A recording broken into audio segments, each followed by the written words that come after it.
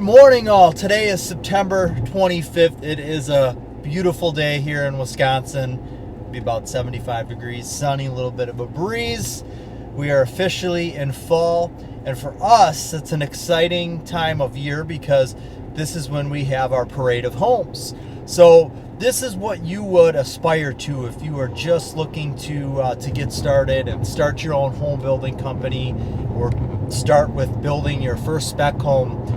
Ideally, you would like to be able to finish your spec home and enter it into your community's parade of homes. Now, you have to join your local builders association to do that.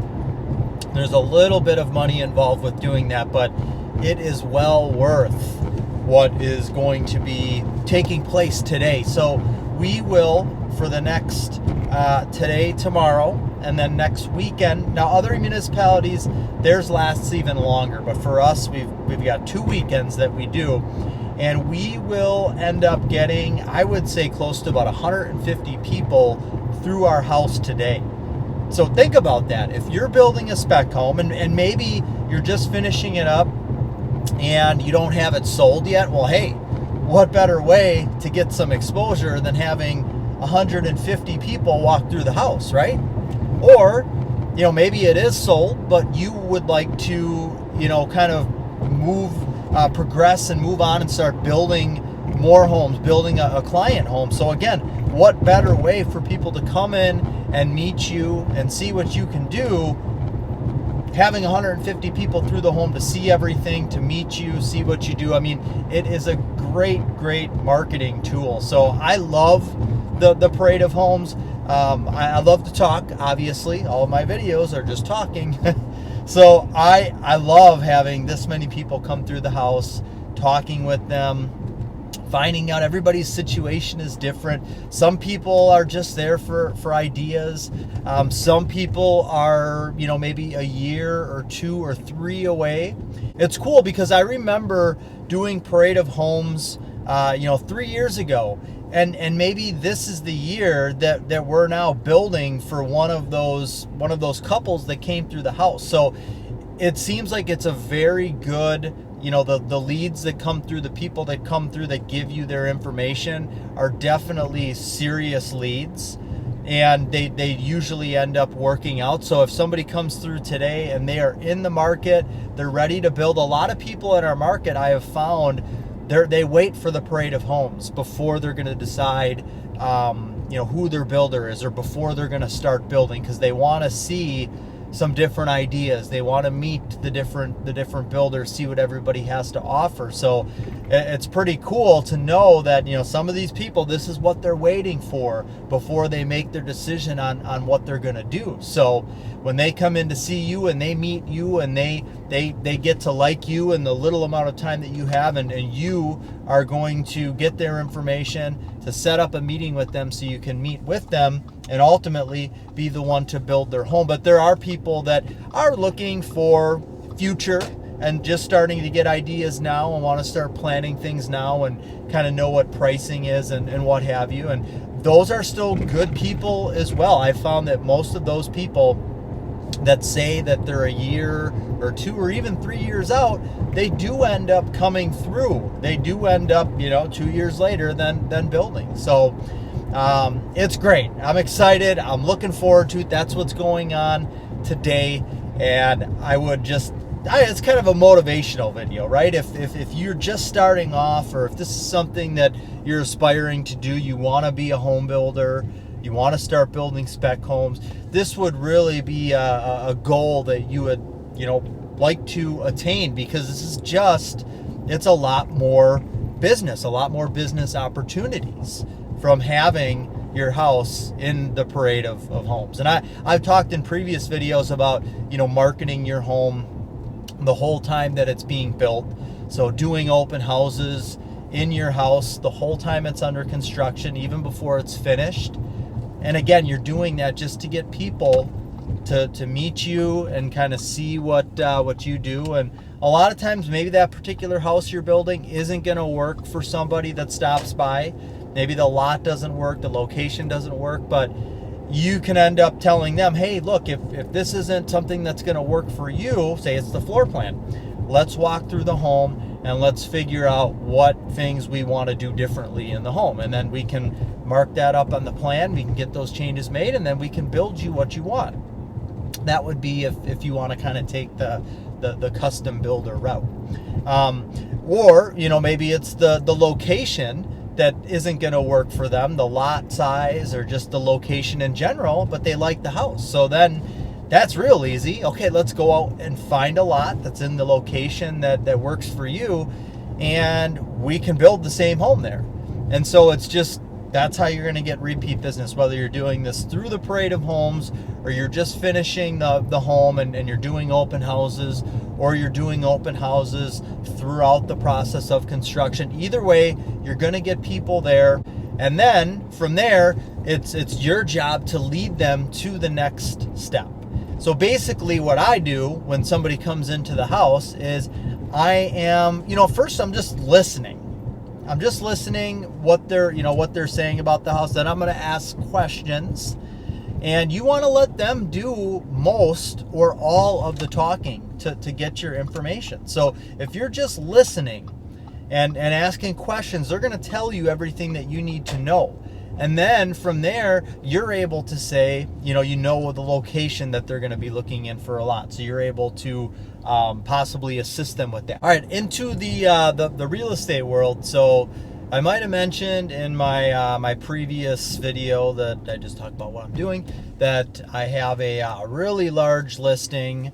It's 136 acres, and it has developmental potential. So it's zoned agricultural right now. It's just being farmed, but it's in a location where when I look at the future land use plan for the county, it shows this location to be commercial/industrial, which gives a lot higher property value to a property. So if that's something that you don't know, farmland, if it's just being farmed today, at least in my area in southeastern Wisconsin, about $10,000 an acre to $11,000 an acre is what farmland is going for.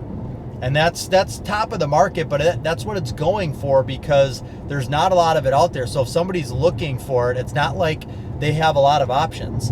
If 150 acres goes up for sale and it's $11,000 an acre, there's not a lot of haggling that you're going to be able to do with that because you don't really have any other options. So that's what it's going for right now.